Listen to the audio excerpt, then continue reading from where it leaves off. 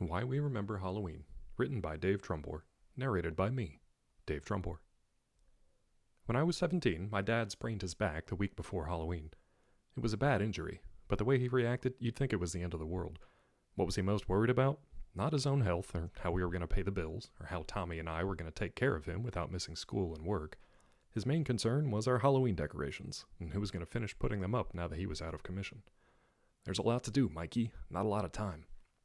He said this every chance he got. When I brought him his breakfast and pain pills before I drove me and Tommy to school, when I called to check in on him before my shift at the grocery store, when I freshened up his linens before we all went to sleep for the night. If your mother was still here, and he'd trail off, either from the pills or exhaustion, or just plain sadness. In all the years we'd lived out here, no one came to visit the Barrow house. I'd never seen one trick-or-treater, not one. That includes me and my brother.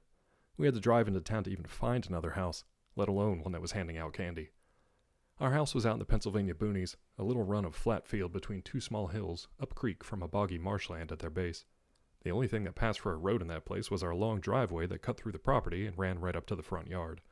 No one turned there by mistake, and certainly no one was going to make the trek up the drive on Halloween for a scant handful of sugar. That hadn't stopped my parents from going all out on decorations in their own peculiar way. We helped a bit as kids, of course, gathering up dried leaves and twigs from Mom's arts and crafts sessions, making grotesque masks and costumes straight out of a pagan nightmare.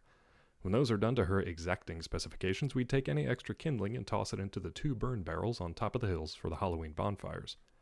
We'd sit around the kitchen table as a family, newspaper spread out on it and the floor as we carved and decorated turnips that looked like shrunken heads and gourds shaped like dehydrated babies pulled out of the dirt. We'd help measure out ingredients for my mom's baking and dad's cooking, the rich smells of fruit breads mixed with meaty stews and boiled cabbage. All that work, and then, on Halloween night, my dad would drive us into town for a proper trick-or-treat while Mom stayed at home, surrounded by our little carved vegetable lanterns out there in all that darkness. Once, when I was just starting to get a little too old for trick-or-treat, but Tommy was still gung-ho about it, I heard my mom say to my dad, "Mikey has to go too. It's safer in town." "It's safer in town," she'd said. I'd never heard any other adult say that. And now that Mom was gone, I had no time to think about that, though. I still had Tommy to take care of, and now Dad to care for, while making sure I didn't fall behind in school or miss any hours at work. I'd promised my dad that we'd help out a little more next year. I'd be out of school, Tommy'd be old enough to drive himself, so it'd be a little easier. He wasn't hearing it. "It has to be this year," he said emphatically, working himself up into a frenzy that was immediately quelled by his spasming back. "We can't wait." Every time he turned too fast or overreached for something, a great twinge of pain would shoot up his back and put him flat on the bed again. I could see the frustration in his eyes, but it also mirrored my own. "We've got more important things to worry about," I shouted at him, just 3 days into his convalescence, just 4 days until Halloween. I didn't know what I wanted more, for my dad to get better and be his old self again, or for this year's Halloween to come and go and be a fleeting memory. Neither happened fast enough. On the Tuesday before Halloween, my manager took me aside at work.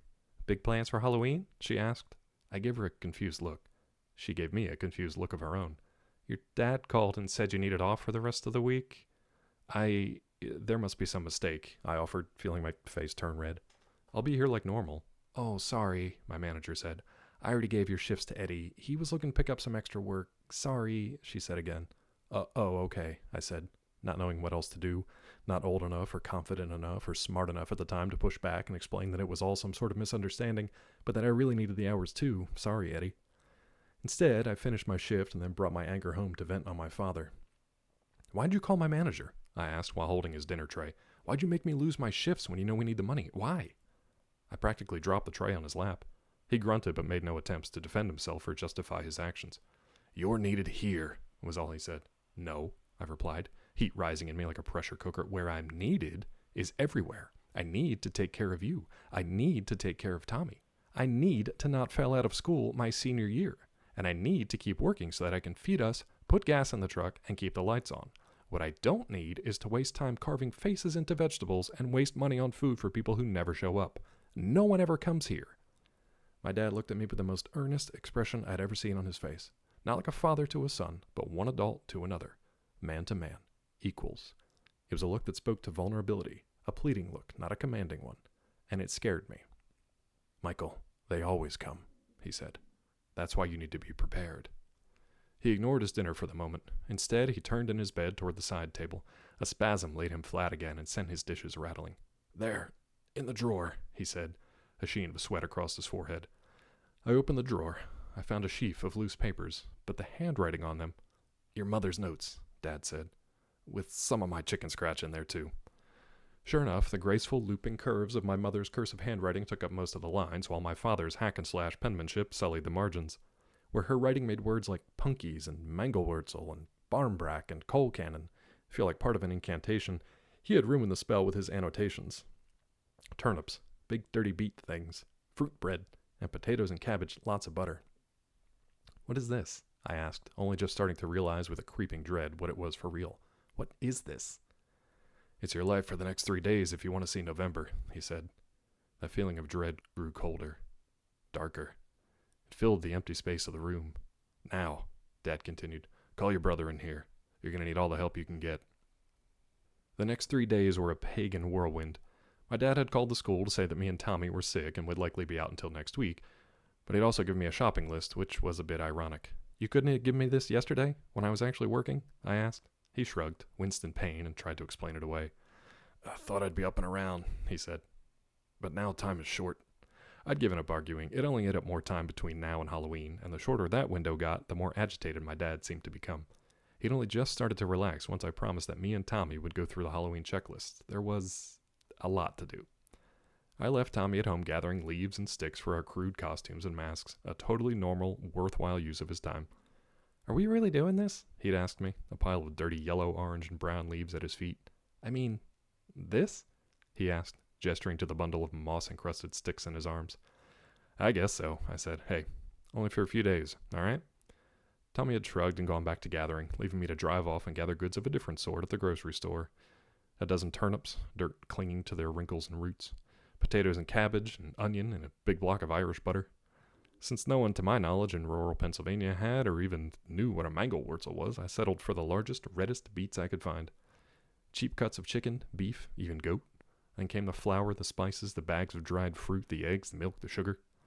Tea lights, birthday candles, and a big bag of charcoal. My dad didn't know exactly where Mom had stored all the Halloween stuff, so he just put it all on the list. "Better to be safe than sorry," he'd said. "And better to have it and not need it than need it and not have it," he'd added. Because, hey, if we were going to spend all that money on candles, at least we'll have light when the electric company shuts our power off. On the way home, I narrowly avoided a deer that sprang out in front of me just before our driveway. Something raced after it, passing behind my truck. I just glimpsed it in the rear view, something low to the ground, something black, something fast. They were both out of sight by the time I made my way up the drive, up out of the marshland, and right to our front gate. While I was gone, Tommy had been putting the finishing touches on Dad's oversized lawn decorations. Not your ordinary inflatable pumpkins and ghosts and spooky trees, but a series of scenes, each with a specific placement and a cycle of activity governed by an electronic timer. Some of them were massive, standing 12 to 20 feet tall. All of them had electric cords plugged into a backup generator as a bypass before connecting to a power bank at the garage. "Nice work," I said to Tommy as I started unloading groceries from my truck.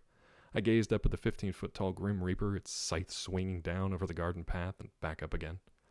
Across from it was a line of skeletons of all shapes, sizes, and costumes, all marching off in the same direction, towards the marshland. Tommy was standing in the midst of them. For a moment, I got the strangest sensation that, if we weren't careful, if we weren't prepared, he'd be joining them. "Need any help?" I asked, my arms already full of grocery bags. Tommy shook his head. "Nope, thanks though. Dad's already signed off on them." He held up his phone to show a video he'd taken of the decorations, which he'd shown to Dad for his approval. "Good as it's gonna get," he said. "Yeah, sounds like that," I replied. "Help me unload the truck then." Tommy started to walk past me, but stopped when we were shoulder to shoulder. He whispered, "Look up, on the roof, in the trees." And then he kept going to grab the rest of the grocery bags. I tilted my head upwards, looking past the plastic reaper and skeletons. A lone owl sat on our roof, its head turning this way and that before fixing its big eyes on me and Tommy. Above it, a circle of bats flitted into and out of view from the shadows of the trees, and in the trees themselves, dark shapes stood out against the dying leaves and the muted bark. Crows, dozens if not hundreds of them, all silent. "A little early in the day for owls and bats," I observed, waiting for Tommy. "Yeah," he said quietly. "They've been watching me all morning." He reached down and picked up a rock from the gravel driveway. It was then that I noticed the old slingshot sticking out of his back pocket like Dennis the Menace. "Don't," I said, suddenly sure that it would be a very bad idea for Tommy to let one fly. "Let's just get inside." Tommy pocketed the rock and picked up the groceries bags instead. He slammed the truck door. Hundreds of black wings took flight in an instant. The thunder of their wing beats was drowned out by the cacophony of their caws as the crows took to the air. By the time Tommy and I got our groceries inside the house, the murder had settled back down in the treetops to roost and watch once more. The rest of that Tuesday was spent in service of our mummer costumes. While my classmates were going to Spirit Halloween in droves to decide between Sexy Witch and Inflatable Frog, we were making our own out of sticks, leaves, and moss. If it had just been Tommy and me, a couple papier-mâché masks with some twigs and bits stuck on them would have sufficed, but Dad, ever the overseer, had us move our costume-making process into his bedroom. Tommy had a knack for the work. He had the brilliant idea to get our old hunting camo out of the closet and use it as a canvas for his druid crafting. He chose sticks and twigs thoughtfully, seeing the places they curved and bent as natural extensions of his own joints and proportions. I just haphazardly hot-glued handfuls of the stuff to my black, brown, and olive green overalls in an effort to get it done as quickly as possible. Ended up getting more glue on my fingers and the floor than anything else. For our masks, Tommy had chosen a dried piece of white striped birch bark that went with his winter camo. The natural eye holes were a little lopsided, so he strung it in a way that would cover his face on an angle. He added pale moss to give it the appearance of a beard and eyebrows. I, on the other hand, grabbed a couple sturdy paper plates, made some slapdash additions to it, cut out eye holes for my eyes and mouth, and looped a string through it. It would suffice. When we were finished, I looked like a cartoon hunter who had tripped and fallen into a bog. Effective in its own right, I guess. Tommy, however, had transformed. It was as if he was once part of a tree and had separated from it to walk among us. If he had stood stock still in the forest beyond the tree line, I'd have a hard time spotting him. Dad surveyed both of us as we stood there in our homemade get-ups. He looked at Tommy and said, "Your mother would be proud." And he shifted his eyes to me. A little smile curled his lips. All he said was, "I think I'd like Tommy to make my costume." For Dad, we opted for a cloak and a mask. Easier to get him in and out of it. Tommy worked his druid craft again, and with a little help from me and my manual labor, he'd soon turned an old gray and brown Afghan into a cloak worthy of a forest lord. He'd somehow managed to arrange dried leaves in such a way that they resembled feathers falling in patterns, like a great owl's plumage. For the mask, he'd taken a simple masquerade eye mask and transformed it into an amalgamation of a forest creature.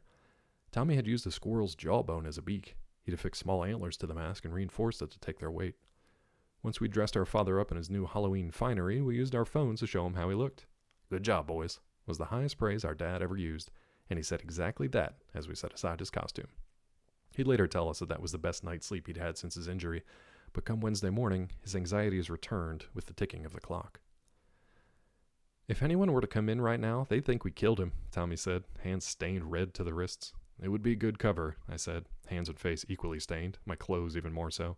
"I can hear you, you know," our dad hollered from his bedroom. Tommy and I laughed. Then I glanced around the kitchen and the laughter died out.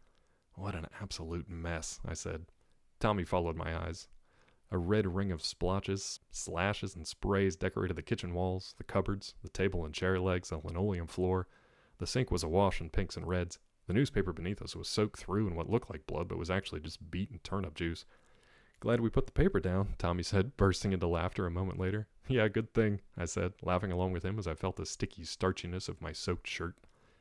On either side of us were two piles. One pile of root vegetables that had yet to be cleaned, carved, and strung for lanterns, and the other already had. By noon that Wednesday, the first pile was much bigger than the second. "I don't remember it being this hard or this messy or taking this long," Tommy said as we broke for lunch. There was no use washing up when things would just get messy again for round two, so we left bloody handprints on the fridge and counter to boot. "Mom did most of it while we were at school and Dad was at work," I said, preparing a red-stained sandwich lunch for my dad. "She left the easy work for us, even though we thought we were doing a lot." I thought back to the big, soft pumpkins with their scoopable, pulpy innards and the paint-by-number carving patterns all laid out on paper. Kid stuff, which made sense, considering we were kids. "I still don't know how she did it," Tommy said. I shrugged, took Dad's lunch into him, and then an idea struck me. I headed out to the garage and rummaged around in my dad's tools. I came back into the kitchen a few minutes later and laid down my loot. "Now that is thinking smart," Tommy said. With a combination of my dad's power tools and an array of clamps and vice grips, Tommy and I drilled our way through those turnips and beets and gourds like Victorian-era surgeons. Vegetable blood flew at high speed in arcs worthy of Jackson Pollock. "Probably not how Mom would have done it, but hey, it's done," Tommy said as the last root vegetable fell to our drills and landed in the pile of finished lanterns. "Not bad for a couple of punkies," I said, but the truth was that there was still more work to do. Now to string them up, put their little candles in them, get them ready to light. "After dinner, please," Tommy pleaded. He raised his red-stained hands up to give him a better look. "And a shower." Wednesday had been for arts and crafts. Thursday was for cooking. A whole day of it. The usual breakfast, lunch, and dinner for me, Dad, and Tommy, plus extra helpings for those my dad expected to come calling on Friday night. Halloween night. "How did Mom and Dad make all this?" Tommy asked. He was running through Mom's notes again while I was checking the oven, prepping the crock pot, keeping the pot of potatoes on the stovetop from boiling over, and making room in the freezer. "I don't know," I said. "They had us helping out with some of it, and they had each other to split the workload, but it's still..." I looked around the kitchen. Beef, chicken, pork, and goat trimmed and cubed and seasoned for stews and pies. Bones piled on plates for making stock, and, according to the notes, something else that came later. Heaps of veggies boiling, broiling, and, on more than one occasion, burning in pots, pans, and trays. Mounds of dried, peeled, and diced fruit ready to be used as filling. Buttery doughs rolled out and shaped for pie crusts and breads. Dirty tins and pans piling up. Our good dishes all waiting to present the finished products. A lot. Tommy opened a window to let the acrid smoke of another burned tray of squash waft out before it set the smoke alarm off. "Smells good, other than the smoke," he said, waving a sheet pan to help clear the air. "Smells like memory." I nodded, unable to find a better way to put it.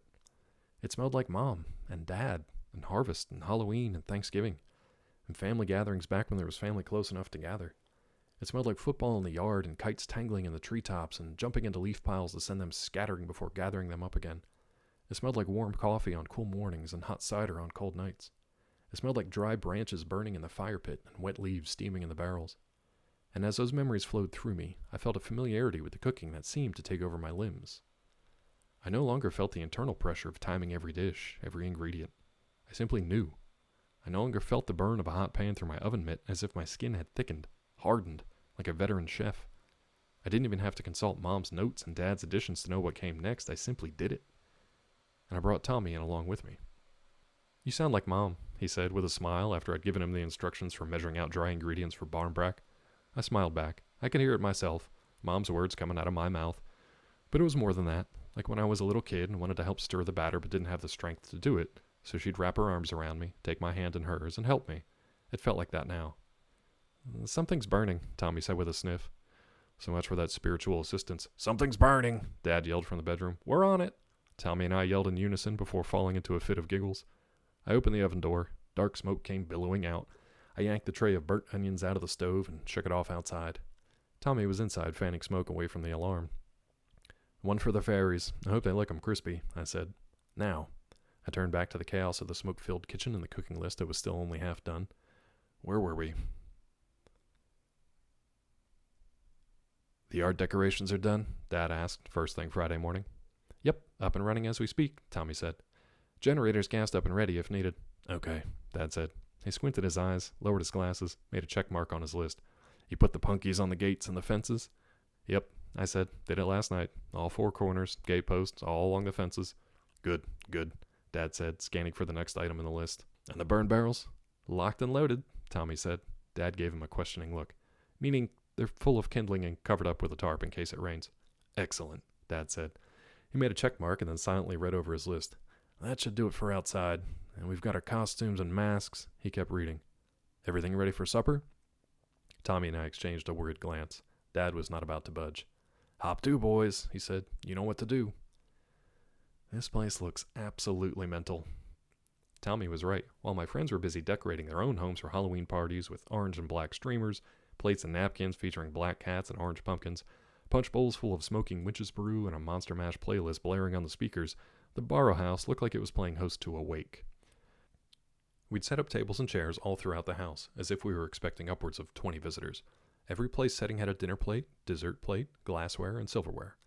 Except the glassware was placed upside down, and the knives, forks, and spoons were placed handles in, towards the center of the table, where pitchers of cider and tea and stronger stuff lay waiting for guests who would never arrive. Even the main table, where me and Tommy and Mom and Dad used to have holiday meals, was dressed up with an extra setting. 3 sets of plates, glasses, and silverware all looked normal. One set was inverted, expectant, other. "I don't like it any more than you do," I said, "but Dad will just make us do it again if it isn't the way he wants it." "The way your mother wanted it," Dad said, his voice suddenly loud and strong. We spun around to see him standing in the kitchen doorway, looking at us in the dining room place settings. He leaned heavily against the door frame. He was sweating, his skin alternating between flushed red and pale white. "Give us a hand here, boys." We caught him just before he could fall, Between Tommy and me, we managed to get the big guy over to the dining room table and get him seated. "Can I get you anything?" Tommy asked. "Just a glass of water," he muttered, voice not quite so strong and sure as it had been a moment ago. When Tommy was out of the room, my dad clamped his hand down on my wrist. "Mikey, your boy's done good so far," he said. "But tonight's the only night that really counts. I need you to follow the rules here. You're in charge, and that means you're responsible for your brother, too." He let up as Tommy came back into the room. That left my head spinning. Dad took the glass of offered water and downed it in one go. "Well," he said, unfolding the checklist, "let's go over things one last time." We sat for supper in silence. Per Mom's notes and tradition, Tommy and I had quietly moved about the house as we set the buffet of food we had prepared on the many waiting plates. Chairs that would never have a body in them were pulled away from the table just a bit. Plates were heaped with food that would never be smelled, tasted, nor eaten. Glasses were upended and filled with cider, tea, ale, and mulled wine that would never be sloshed nor drank. Napkins were left folded without the possibility of ever being used. All of this in silence. That silence carried over to our own dining room table, where Dad was already seated as Tommy and I busied ourselves with the spectral service. We sat down without a word. The only sound was out of our silverware on plates, our chewing, our drinking. No conversation was to be had. We ate everything in reverse order. The sweet fruit bread, barmbrack, apple pie, soul cakes went down first. That confused my stomach a bit when I ladled a heap of coal cannon onto my plate with a pool of melted butter after, next to a small chicken pot pie and a helping of beef stew. Getting close to full now, an apple and cranberry salad was our inverted dessert, all washed down with cider for me and Tommy, mulled wine for Dad. Beside us, the spectral seat remained empty. The food and drink untouched. When we had finished, when we had daubed the last of the crumbs and sauces from our mouths and set down our glasses and silverware with finality, the three of us, the Barrow men, looked at each other. It was that look that decided the end of the silent supper. "Okay, boys," Dad said, breaking the silence. "You know what to do." And so we did. Sunset was fast approaching. I gathered up the plates of untouched food and full glasses of drinks and began to take them outside, while Tommy moved through the house and turned off all the lights. Once we were done, we grabbed bundles of dry twigs, steel pails, and tongs, and walked down the drive, away from the house, and towards the waiting burn barrels atop the twin hills. "Be careful," I said to Tommy as we were about to split off, each to attend to his own barrel, "and meet back at the front porch." Tommy nodded, and we were off. The need fire, as Mom and Dad called it, was supposed to be made by old-fashioned friction, but who had time for that? It wasn't the 10th century anymore. I pulled out a long-necked grill lighter.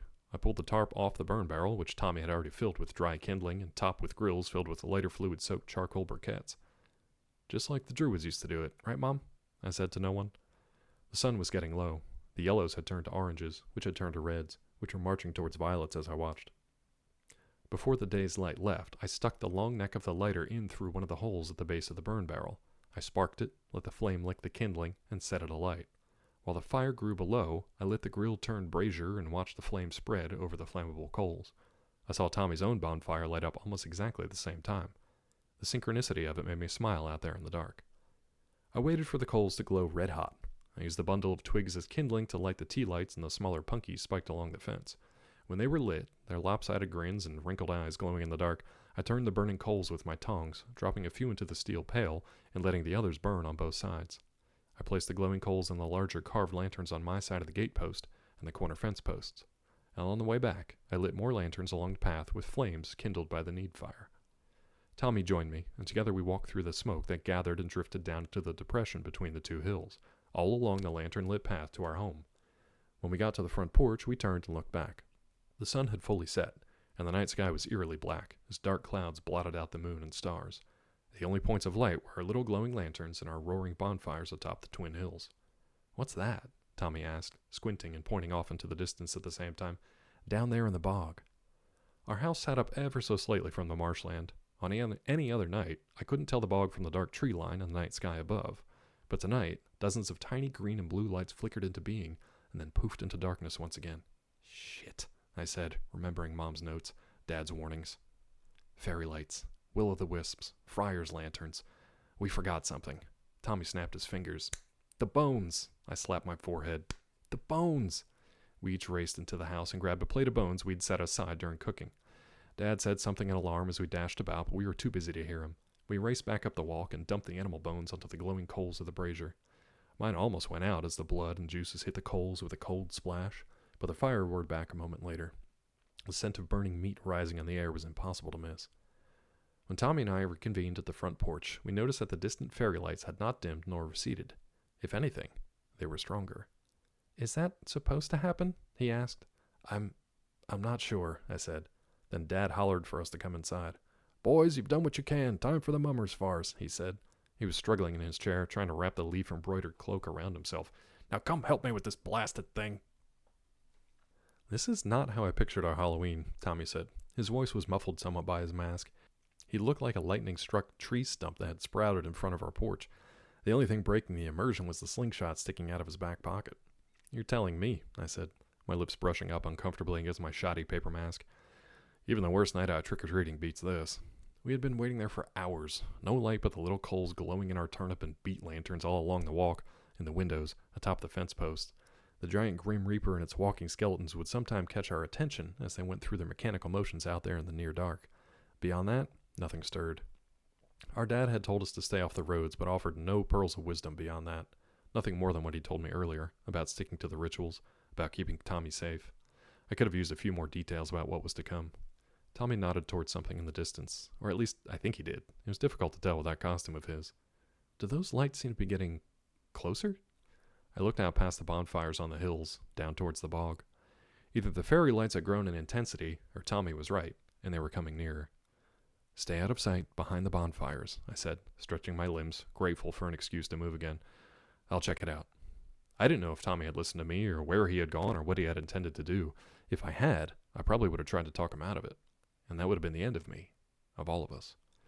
Instead, my attention was devoted solely to the line of fairy lights marching up our driveway.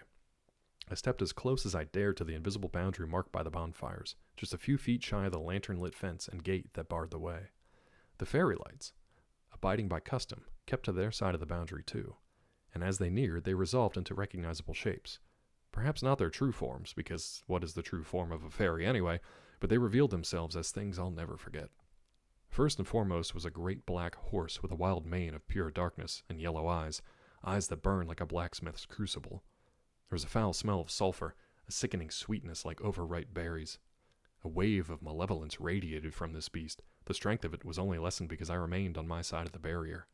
It was a horse in form only, and I got the unusual sensation that it could also take the form of a dog, a goat, a cat, a hare.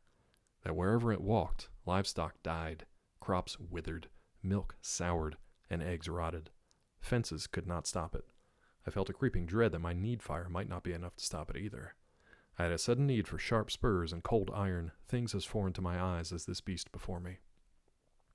Standing by the horse demon's side, for it was laughable to even suggest that any man might ride this unruly creature, was a man dressed in a long coat, a wide-brimmed hat, and tall boots. His clothes might have been called fancy in my time, but in his time they had been simple traveling clothes, the sort that might be seen with regularity in taverns and back alleys and cemeteries at night. I could see all of this only by the light cast by his own lantern, a hellish red light born from an eternally burning coal set in a large mangel-wurzel, carved into the shape of a skull. "Mr. Boru," the man said, "blessed Sarwain." "It's Barrow," I said, my voice muffled but surprisingly strong behind the mask. "And who might you be?" Why was I talking like this? Why was I talking at all to some lantern man and his demon horse late at night on Halloween? The man tipped the brim of his hat towards me with his free hand. "Travelin' Jack, they call me," he said. His voice was thin, drawn. I got the sense that it was from weariness, of a road long traveled and never restful. "My companions and I have come a long way to get here. We would be ever so grateful for some food, some drink, and a place to lay our heads." Travelin' Jack reached into a deep pocket in his long coat. "I promise I can make it worth your while." He held a large silver coin up to the lantern light and spun it with a flourish.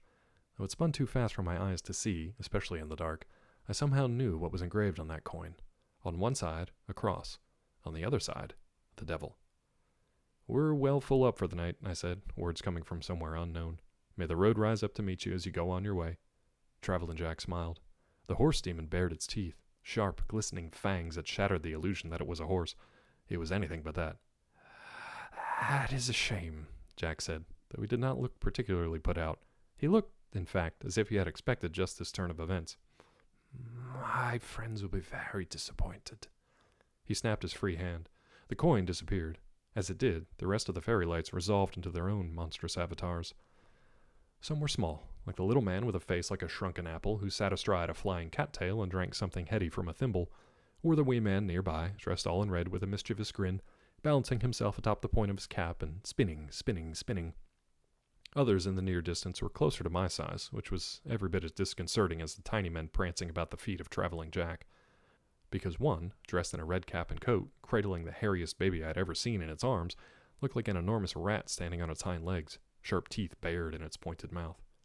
Another creature that stood on its back legs to walk about when it should not was a large black cat with a single white spot on its chest. I found myself wondering if we should have left a saucer of milk out along with all the other offerings, but it was too late to remedy that. Another stood beside them, looking like a starved man, an emaciated man, someone whom, if I had not just seen them form out of thin air and fairy lights, I would have welcomed in for food, drink, and rest. But the company they kept was another warning against this, for next to the very vision of famine was a sight more chilling to me still.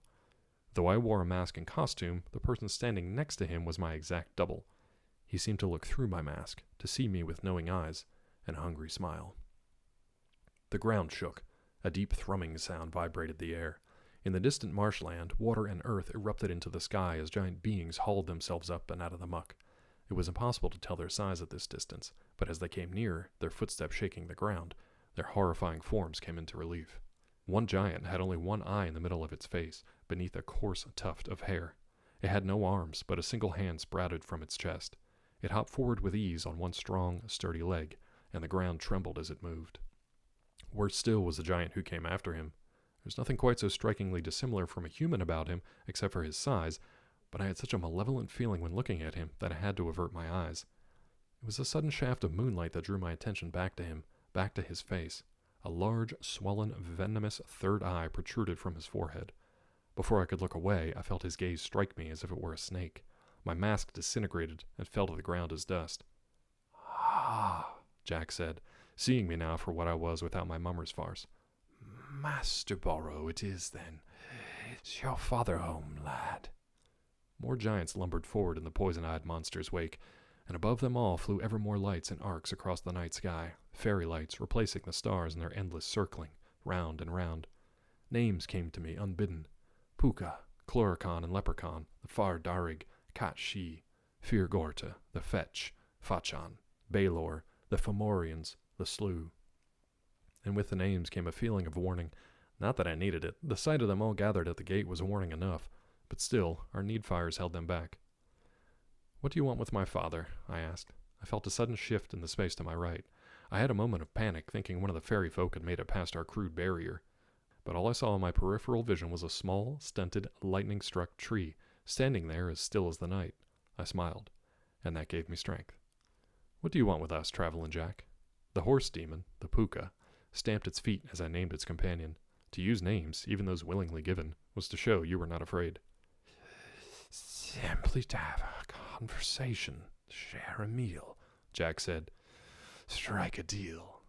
With those words, the hell coal in his lantern flared brighter. The silver coin in his pocket nearly jumped out. Jack considered me for a moment like a merchant weighing wares by eye without a scale. "But you seem an accommodating lad. Perhaps we can strike a deal with you after all, and we can make it worth your while." The two small old ferrymen suddenly produced sacks that were larger than they were. Heaped upon the ground, the sacks spilled open in a flood of gold coins. I smiled at that. Travelin' Jack smiled back, thinking the deal was done. But I'd read a tale or two in my short time on this good earth. "It's been a while since you traded with modern folk, eh, Jack?" His smile slipped. "These days," I continued, "it's more about credit and interest rates. It's about the return on investment." I looked at the bags of fairy gold spilled out on the ground in front of our gate. "The grocery store, the utility company, the gas station attendant, they don't exactly take gold coins these days, you know?" I watched as mist started to cover the gold, watched as what was supposed to be a hard, sure form of currency, of riches, wavered and began to fade. A wise old man, well, old to me, but probably a newborn to you, a wise old man once said, "Nothing gold can stay. So you can keep your gold, Jack. No deal." The fairy folk moved forward as one. Travelin' Jack held them back with a raised hand.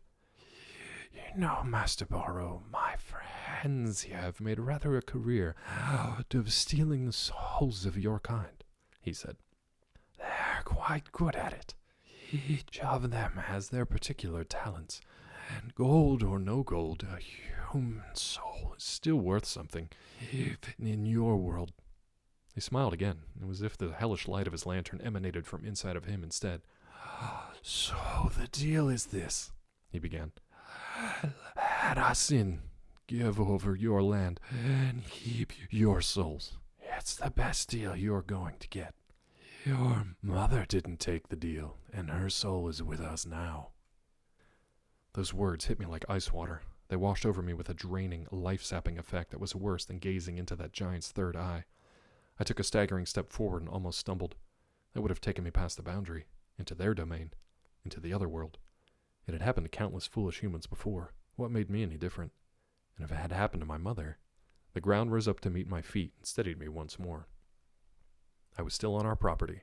I was still safe behind the boundary. I was still a borrow man on borrow land. No deal, I said.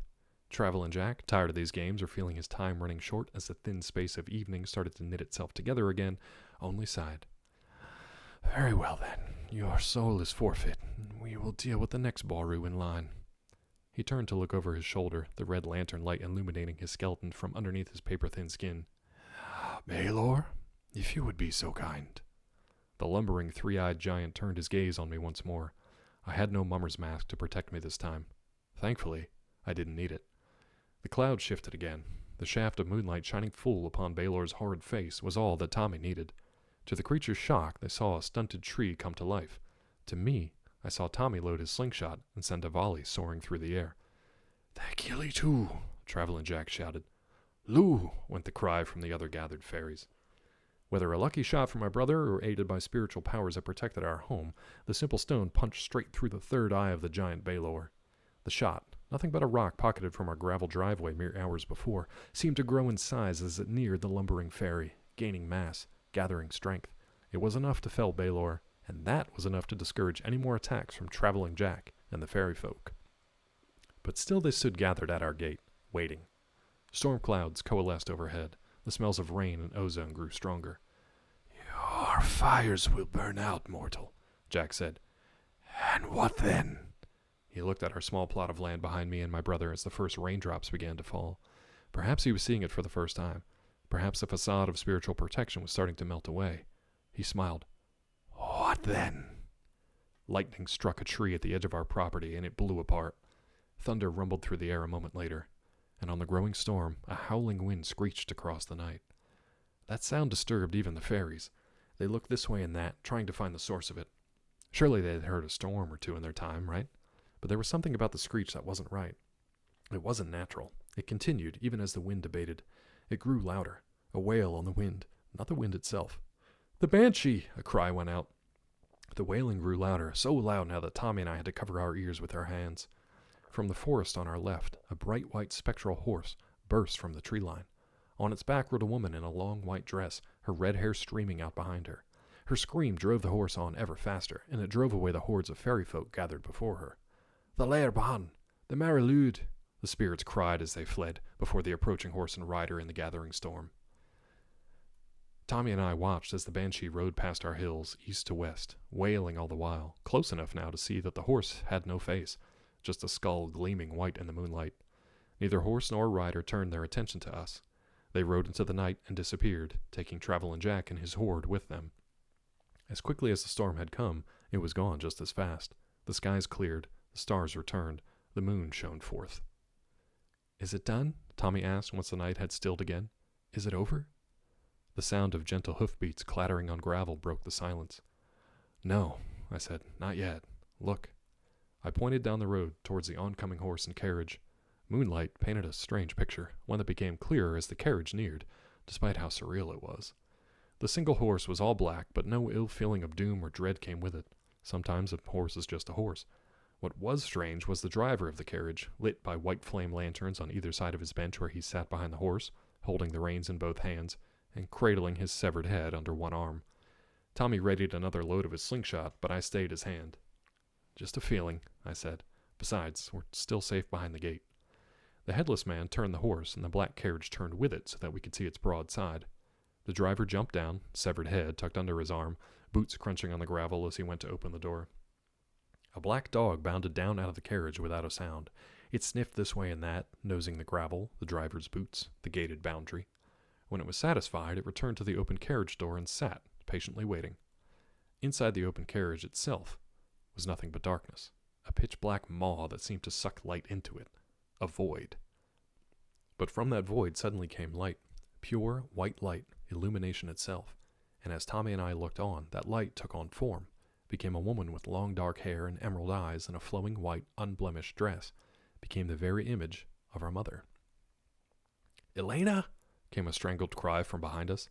I turned to see Dad standing in the doorway of the house, barely able to keep himself upright. "Elena!" he shouted, able to move no further. I turned back to face the carriage and the spirit of our mother, afraid that, in turning away, I had lost her. But she was still there, closer than ever. Tommy had never taken his eyes off of her. She was just outside the gate now, the black dog by her side. "Mom?" Tommy ventured. "Is it really you?" I asked. I had seen enough fairy tricks in one night to last me a lifetime. I wasn't about to let one get the best of me now. She smiled, and it reached her eyes the way it always had in life. She looked at us in that proud but appraising way. Then she looked at the decorations we had so hastily cobbled together. "My boys," she said in her earthly voice, same as it was in life. "My brave boys, you did such a wonderful job." She waited outside the gate with the dog. The driver kept a respectable distance, head still cradled under one arm. "Should we," Tommy started to say, "should we open the gate?" I tensed, but our part to play this night was almost over. "No need," my mother said with a warm, glowing smile. "This land is still yours, still mine, still all of ours." We watched as my mother's spirit simply walked through the closed gate. One by one, the lantern lights turned from red to white, keeping pace with her as she walked down the path. What had kept the evil spirits away now acted as beacons for the spirits of kin. "Between Tara and Ward, as it ever was," my mother said as she passed between the hills where we had set the need fires. She dipped a hand into the ground on either side of the path. Though her hands passed straight through the earth, she seemed to glow brighter in that moment. She stood again. "Come," she said. At first, I thought she meant me and Tommy, then my brother nudged me and showed me something I'll never forget. The black dog followed behind my mother at her heel, and behind it came a procession of the dead. Unlike the horde that Trevor and Jack had brought with them, this was no parade of horrors. It was family, a line of kin that stretched way back to time immemorial, brought across the ocean with nothing but threadbare clothes and handfuls of earth from our ancestral home. And here they were, our kin, and they were singing. They sang as they passed between the hills and the bonfires. They sang as they passed beneath the towering plastic Grim Reaper and skeletons swaying along with their song. They sang as they sat down at our tables and ate the food and drink we'd offered. They sang as they watched others bob for apples or tear apart the barn brack and coal cannon to find the trinkets buried inside. A coin, a rag, a stick, a thimble, a ring, a button. "I didn't put any of that stuff in there," I said to Tommy as we watched the spirits of our ancestors mill about the house. "Did you?" Tommy shook his head. We were, in a word, overwhelmed. There was so much to see, so many spirits to talk to, though we couldn't understand the majority of them. We settled for watching, letting the dead enjoy their one day a year when they could remember the things they did in life. And after we'd given our mom and dad a respectable amount of time to catch up, we joined them at the table. "Hey, Mom," I said, feeling like a little boy again. Tommy was at my side. He tried petting the black dog, and his hand went straight through it. He put his hands back in his pockets. We have so many questions." She smiled. Dad laughed. It felt like old times, just a year or so removed from the last time we'd gathered at the same table. "Go ahead," she said, still smiling, "but make it quick. We only have so much time." My brain locked up. Infinite questions in finite time. I couldn't pick just one. Luckily, Tommy picked one for me. For us. "Why did we never do this before?" he asked. Mom and Dad both laughed at that one. "We did," she said. "When you were both little, we kept up our tradition, and for a while it didn't seem to bother you. But then, as little boys do, you grew older, more fearful, more cynical about the world around you." She looked at me when she said this. "In so many words, you grew up, and that's a dangerous time for young people, never more dangerous than when the veil between worlds is at its thinnest." "I took you both trick-or-treating somewhere away from here, somewhere safe," Dad said. "The spirits don't care about town so much. There's nothing for them there." "Why here?" I asked, finally able to find my voice. "Here is home," Mom said. "For us, for our ancestors." She gestured to the gathered hosts making themselves at home. They were already starting to thin, starting to wane. "And some of the more mischievous fae folk know that. They know that this is a doorway, a gate into the other world, one that's much closer than the ancient ones across the ocean." So we can see you again next year? Tommy asked, excited as a little kid on Christmas morning. Of course, Mom said, radiant, but fading. As long as you keep tradition. Both of you proved you're more than capable of doing that, Dad said, proud, but a little embarrassed at the same time. I'm just sorry I didn't trust you with doing this sooner. He looked around at the state of the place now that the ghosts were starting to fade a bit.